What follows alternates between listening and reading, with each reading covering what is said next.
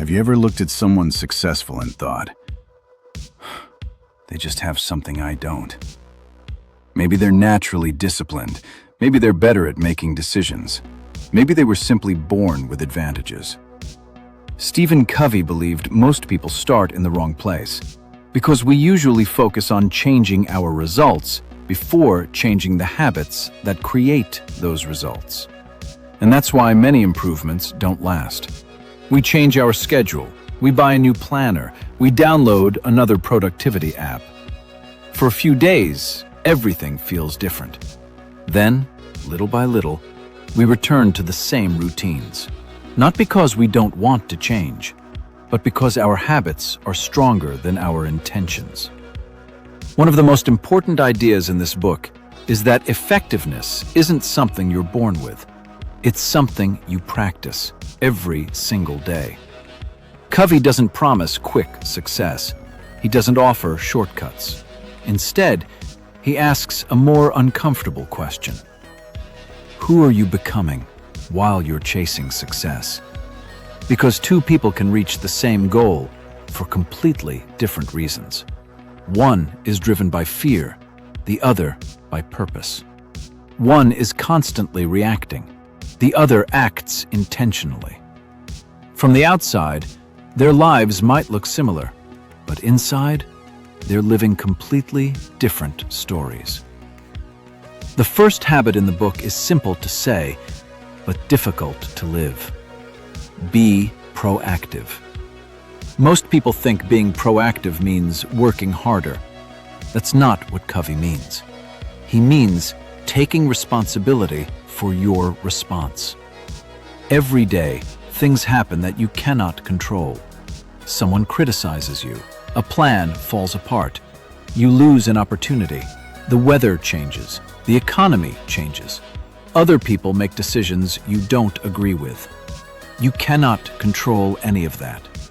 But there is one thing that always remains yours: your next response. This sounds obvious, but think about how often we give that control away. I had a bad day because of my boss. I can't focus because people keep interrupting me. I'll start when life becomes less busy. Without realizing it, we slowly place our life in someone else's hands. Covey argues that truly effective people do something different. They ask, what can I control right now? Even if the answer is small, even if it's only the next decision. Imagine two people losing the same opportunity. The first person spends weeks blaming the situation. The second spends one evening feeling disappointed, then starts preparing for the next opportunity. Both experienced the same event. Only one moved forward. The event didn't create the difference. Their response did. Being proactive doesn't mean pretending life is easy. It doesn't mean ignoring emotions. It means accepting that while you cannot control every circumstance, you can always choose your next action. That choice seems small, but repeated over months, it quietly changes the direction of your life. Most people wait for motivation. Highly effective people build habits that don't depend on motivation. Because motivation comes and goes, habits stay. That's why this book isn't really about productivity. It's about building a life where your actions match the person you want to become. Before Covey introduces techniques, he focuses on character. Because methods can improve performance, but character determines whether those improvements last. Real effectiveness isn't about looking successful. It's about becoming someone who can create success again and again. If the first habit teaches anything, it's this: the quality of your life is shaped less by what happens to you and more by what you repeatedly choose to do next. Being proactive is only the beginning. The next habit asks a question that most people rarely stop to answer. Where is all of this actually leading? We spend years climbing, working, studying, building careers, saving money, chasing promotions. But very few people pause long enough to ask, am I climbing the right ladder? That's the second habit. Begin with the end in mind. Covey isn't talking about setting bigger goals. He's talking about having a clear picture of the person you want to become. Because without that picture, it's easy to spend years succeeding at something that doesn't really matter to you.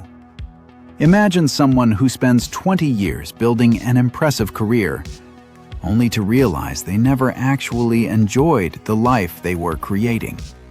From the outside, everyone calls them successful. Inside, they feel empty.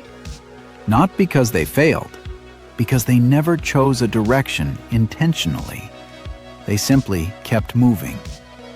Covey encourages you to think differently. Instead of asking, "What do I want next?" ask, "What kind of person do I want to be?" Those are completely different questions. One focuses on achievements, the other focuses on identity. And identity lasts much longer than achievement. The third habit naturally follows. Put first things first. This sounds obvious. Everyone has priorities, or at least they think they do.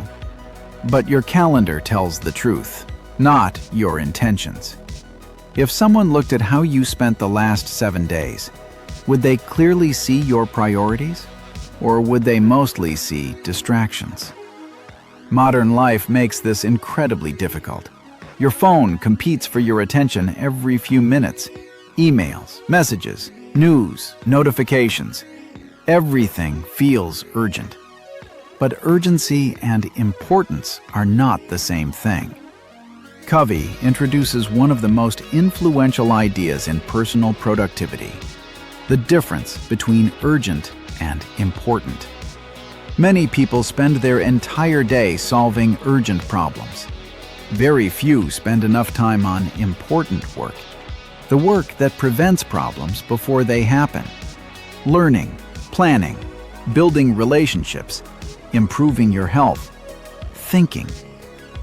Those things rarely feel urgent today, but they shape your future more than almost anything else. Think about exercise. Missing one workout doesn't seem important.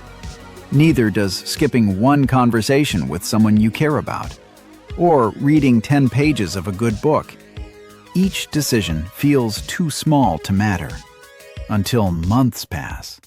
Then, suddenly, those tiny choices become visible. Not because one decision changed everything, because hundreds of small decisions quietly added up. That's a pattern you'll notice throughout this book. Covey doesn't believe your future is created by dramatic moments. He believes it's created by ordinary decisions, repeated consistently. The things nobody applauds, the habits nobody posts online, the promises you keep when nobody is watching. This is also why highly effective people often look ordinary. Their routines aren't exciting, they're consistent. They don't rely on feeling inspired every morning. They rely on systems they trust. And those systems protect them from their emotions. Because motivation changes. Discipline doesn't have to. Another powerful lesson from the book is that effectiveness isn't about doing more. It's about doing what matters. Some people fill every hour of their day, yet move nowhere meaningful. Others accomplish fewer things, but make progress where it actually counts. Being busy and being effective are not the same thing. And confusing those two ideas is one of the easiest ways to waste years of your life. If the first 3 habits teach one lesson, it's this: your future isn't decided by luck. It isn't decided by one perfect opportunity. It's shaped by the decisions you repeat, long after the excitement disappears. And before you can improve your career, your finances, or your relationships, you have to improve the habits that quietly create all of them.